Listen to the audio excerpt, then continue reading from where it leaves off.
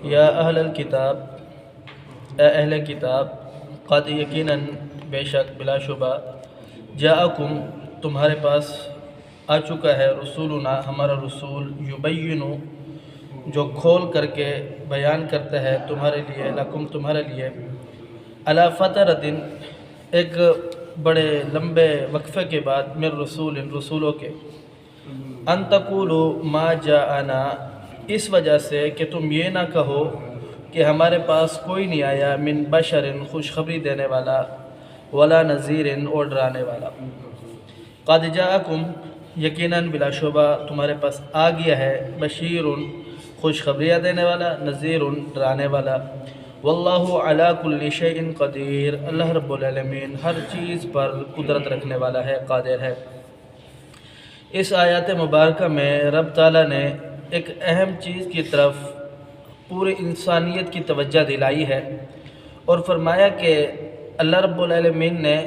جو تم سے وعدہ لیا تھا کہ تمہارے پاس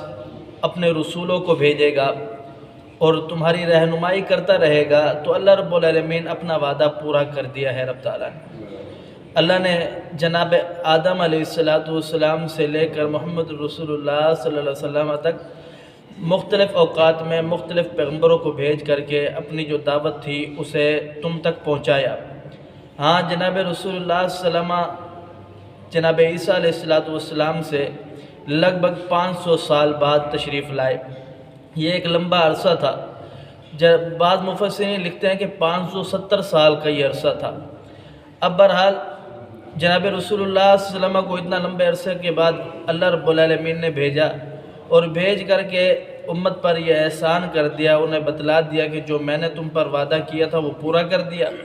اگر تم یہ کہو کہ بڑا لمبا عرصہ گزر گیا تھا، ہمارے پاس کوئی ڈرانے والا یا کوئی خوشخبریاں دینے والا، مطلب یہ ہے کہ کوئی تیرا دین پہنچانے والا، تیری شریعت پہنچانے والا نہیں آیا تھا، تو آپ کا وہ بہانہ اللہ رب العالمین نے ختم کر دیا ہے۔ اللہ رب العالمین نے اپنا نبی، اپنا پیغمبر تمہارے پاس بھیج دیا ہے،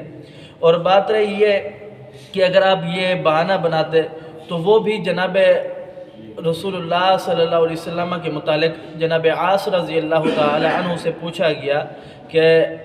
اے صحابی، آپ یہ بتلائیے کہ رسول اللہ صلی اللہ علیہ وسلم کی جو نشانیاں تھیں یہ تورات و انجیل میں کس طرح تھی؟ انہوں نے کہا اللہ کی قسم، آپ علیہ السلام کی جو نشانیاں تھیں تورات و انجیل میں ایسی تھی جیسے کہ قرآن کے اندر ہے، انا ارسلناک شاہدا و مبشرا و نذیرا و داعیا الی اللہ باذنہ و سراجا منیرا، سیم ایسی تھی۔ انہوں نے فرمایا کہ جیسے اللہ تعالیٰ فرماتے ہیں کہ ہم نے تمہارے درمیان ایسا رسول بھیجا جو تمہیں خوشخبریاں دیتا ہے، تمہیں ڈراتا ہے اور تمہیں نیکی کی دعوت دیتا ہے، تمہیں جہنم کے عذاب سے بچاتا ہے، ایسا رسول بھیجا۔ اور یہی نشانیاں سیم تورات و انجیل میں بھی موجود تھی۔ اب اللہ رب العالمین نے اس وجہ سے قرآن کو اتار کر کے پیارے حبیب پیغمبر علیہ السلام کو بھیج کر کے ان کا یہ بہانہ ختم کر دیا۔ اب آگے رب تعالیٰ فرماتے ہیں کہ واللہ علی کل شیء قدیر، اللہ رب العالمین ہر چیز پر خوب قدرت رکھنے والا ہے۔ اس کا مطلب یہ ہے، مفسرین نے اس آیات کی تشریح کی ہے کہ ایک تو یہ بات ہے کہ اللہ رب العالمین نے اپنا پیغمبر تمہارے پاس بھیج دیا، اگر تم اس پر ایمان لاتے ہو تو اللہ رب العالمین قادر ہے تمہیں جنت میں داخل کرے گا، اس کے جو ثمرات ہے، فوائد ہے، وہ آپ کو ملیں گے، دنیا بھی آپ کی آسان ہو جائے گی، اللہ رب العالمین کی فرما برداری اور اتباع بھی ہو جائے گی، آپ کی دنیا بھی اچھی اور آپ کی آخرت بھی اچھی۔ اور اگر آپ نے پیارے حبیب پیغمبر علیہ السلام کی مخالفت کی، دین آنے کے باوجود، پیغمبر آنے کے باوجود، اللہ کا یہ قاصد آنے کے باوجود اور اللہ کی شریعت یعنی قرآن پاک آنے کے باوجود، ان اللہ واللہ علی کل شیء قدیر، اللہ رب العالمین ہر چیز پر قدرت رکھنے والا ہے۔ پھر جہنم کی عذاب کی تیاری کرو۔ پھر اللہ رب العالمین روز قیامت تمہارے لیے سخت عذاب تیار کر کے رکھا ہے۔ تو اللہ رب العالمین نے اس آیات میں پوری انسانیت کو اور خصوصاً یہود اور نصارہ کو اس بات کی توجہ دلائی ہے کہ میں نے جو تم سے وعدہ کیا تھا نبیوں کو بھیجنے کا، وہ میں نے بھیج دیے ہیں، اب آپ نے ان پر عمل کرنا ہے۔ اللہ سمجھنے عمل کی توفیق دے۔ اقول قولی ھذا استغفر اللہ لی ولکم ولسائر المسلمین۔